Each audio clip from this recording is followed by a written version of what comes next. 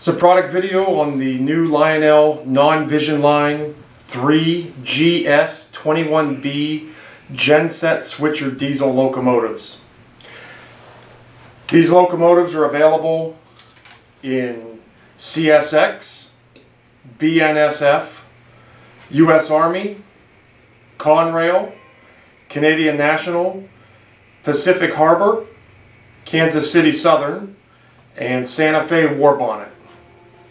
We have here in front of us a 6-38546 Kansas City Southern model. Out of the box, you receive an exploded view parts diagram. Unfortunately, this is of little value to you. The entire exploded view photo of all the parts for this locomotive are available online under customer services and replacement parts under the 6- product number. This exploded view diagram, you can discard it. The manual for loading the memory module into your legacy remote, the product manual, the memory module specific to the road name and road number of this locomotive, 2 traction tires, a smoke fluid funnel, and a smoke fluid pipette for adding smoke fluid. Before we put the locomotive on the track, we want to make sure that we perform a little preventive maintenance. Using the Lionel lubrication and maintenance kit available under product number 6-62927, we want to apply some light oil to the axles where they go through the trucks. Fortunately, the gearboxes are lubricated from the factory, so there's no need to add grease to those. To add oil, we're simply going to use an oiler here with a needle point applicator, and we're going to apply just a couple drops of light oil right on the axle where it goes through the bearing block into the truck.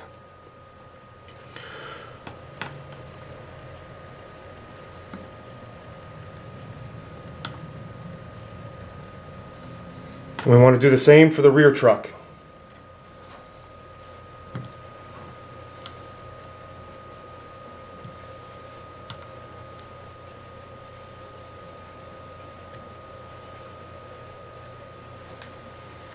It's important to note that you want to keep the oil off of the gears on the forward truck. Grease or oil on those gears is likely to pick up debris from the layout and bind up the gear train mechanism. You also want to apply a little bit of oil on the axle for the collector rollers. That'll prevent these from squeaking over time and ruining your operating experience.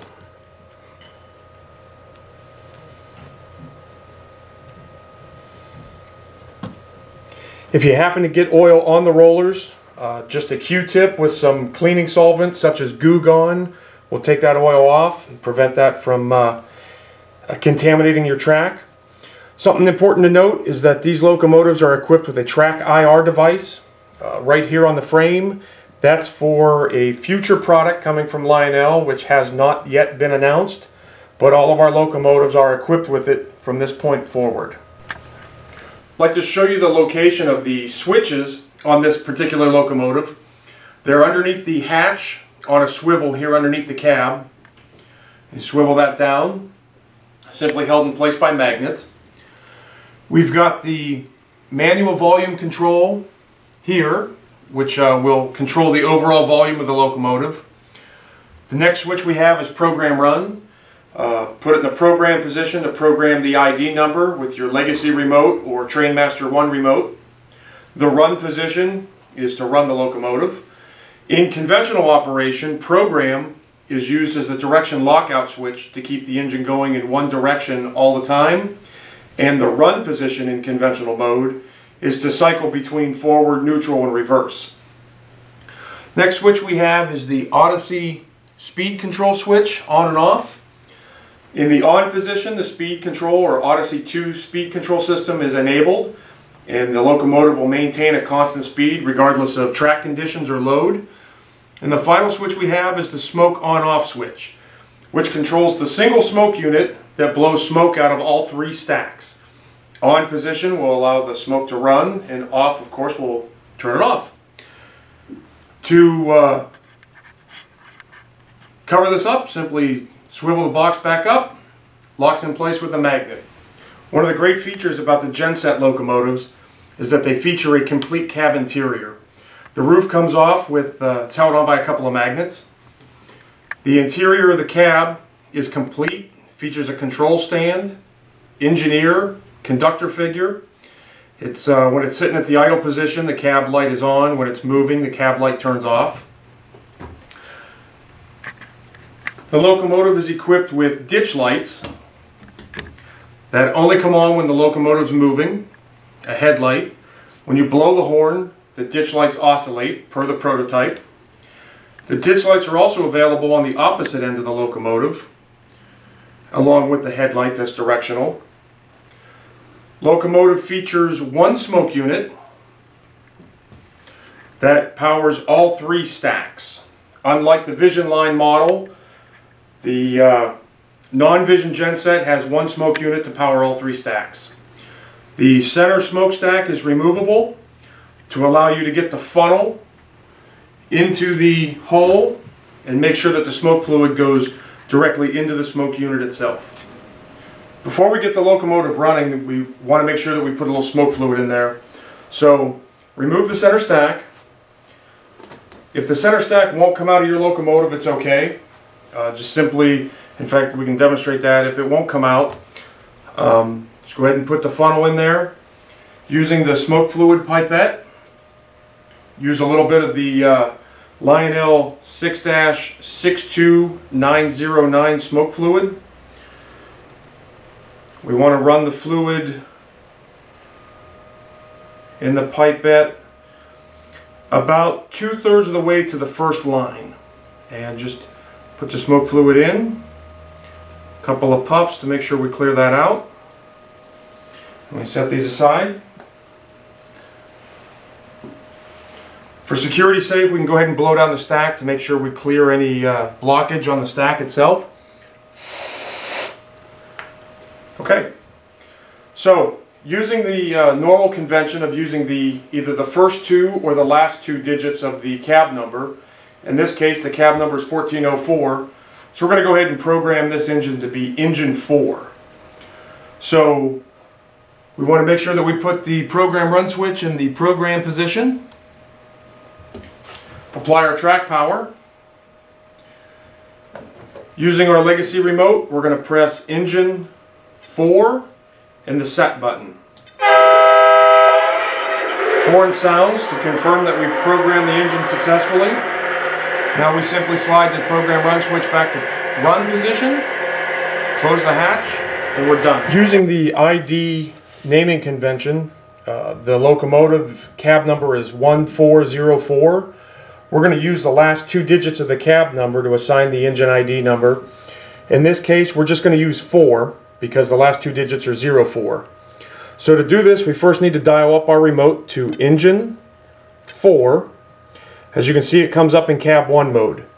So what we want to do is load the memory module.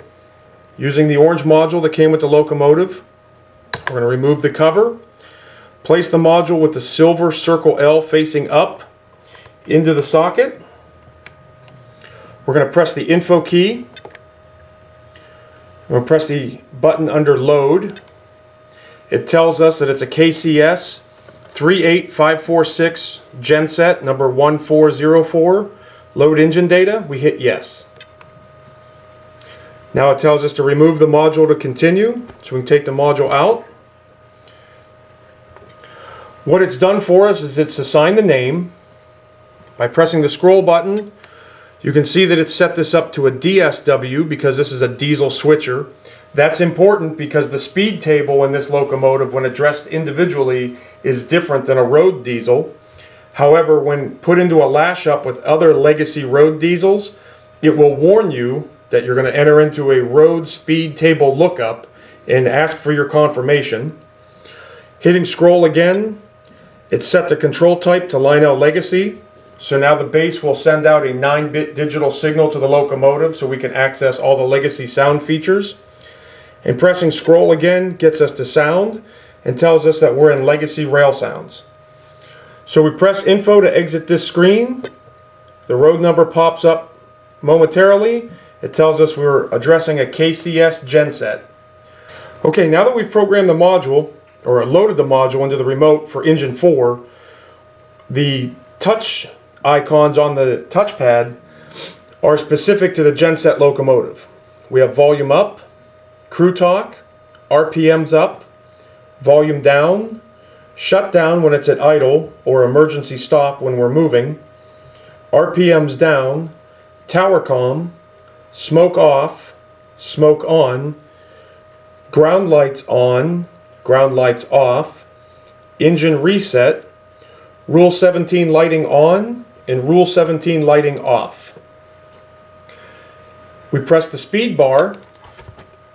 We have access to all of our pre-recorded speed steps, our FX up and down, which is the diesel RPMs, the laboring of the locomotive to pull a load.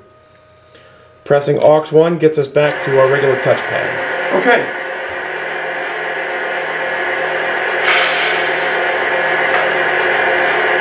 I'd like to play the horn for you so you can see the 3 quillable levels of the horn on the Genset switchers.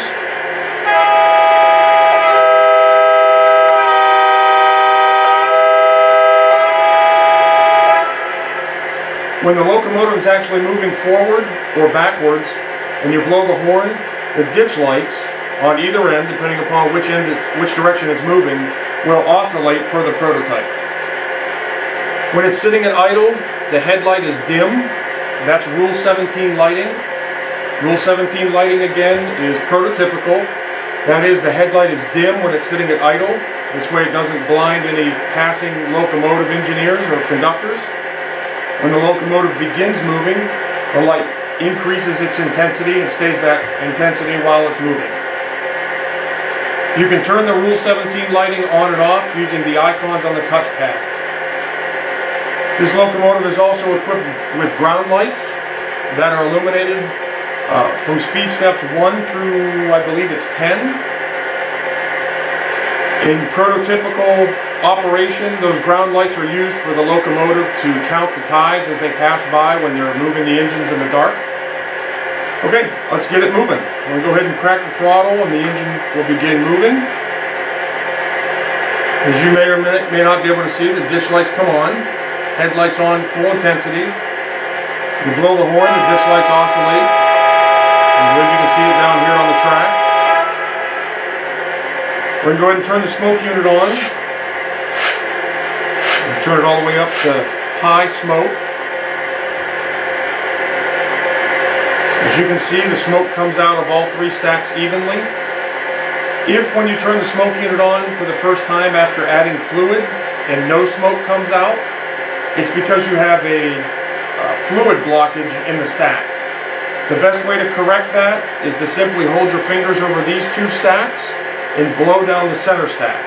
That'll clear that blockage out and allow your smoke to emanate. Tower comm on this locomotive sounds like this. This is the tower.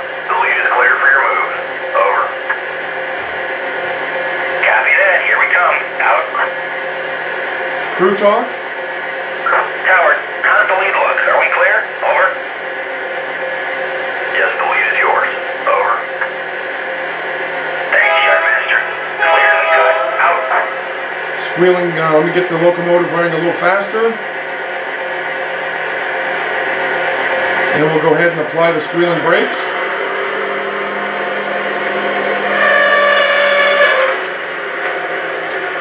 As soon as the locomotive comes to a stop, the headlight dims down and the ditch lights turn off. Changing direction. And getting the locomotive moving. Our rear headlight is on, full intensity. Our ditch lights are on the bottom. Blow the horn. And the rear ditch lights oscillate. Got rear and front coil couplers activated with F and R on the remote.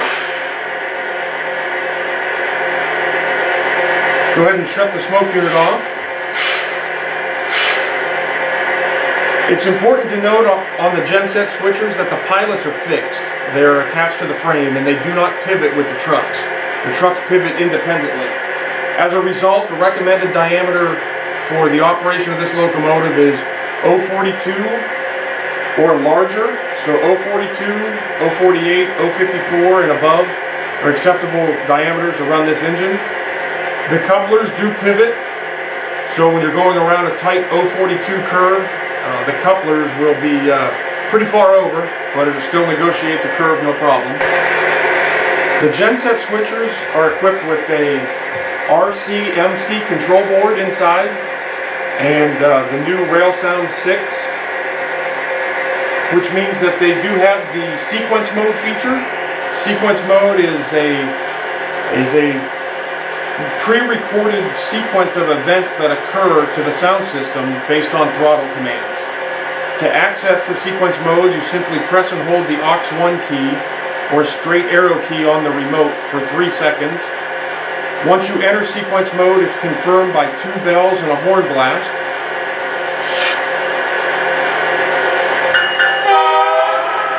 That tells us that we're now in sequence mode. Sequence mode, like I said, once you turn the throttle, everything happens automatically. So I'm going to go ahead and spool this up to speed step 1. Taking the signal. Roger that. Out. So the engine is spooled up to the next RPM level. Tower comm, crew talk is played, horn is blown. As I increase to speed step 2, we actually reach the first speed step. The bell turns on automatically. On the move. Over. Roger that. Tower out. Crew talk and tower comm dialogue reflect what's happening.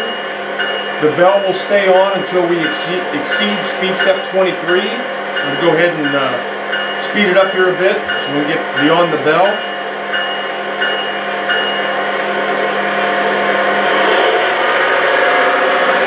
Once you exceed speed step 23, the bell turns off automatically. As the engine's running, it will blow the horn, play the tower comm randomly based upon your speed throttle commands. You still have manual control over every function of the locomotive while it's in sequence mode. I can blow the horn independently, or the system will do it automatically on its own based on what's happening on the track. I can trigger the bell, tower comm, crew talk, turn the smoke on and off. All of this happens when the locomotive is in sequence mode. To exit sequence mode, all I need to do is press aux1 in the R or reset key on the cab. The horn tells me that I've exited sequence mode. And that's a basic overview of the Genset switchers. A couple things to point out. The handrails on this locomotive are your antenna.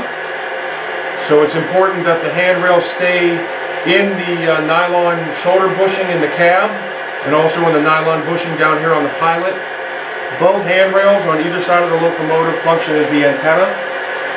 The cab body, as well as the frame, the fuel tanks, and the trucks are all die-cast. Locomotive weighs about close to 9 to 10 pounds on its own. It is equipped with the single motor, which is on the forward truck. The rear truck is actually a dummy. It does not have any gears because of the cab interior. Please don't let the single motor fool you. It has all the pulling power and strength as a road locomotive with 2 can motors. These locomotives have shipped and are available at your dealer now.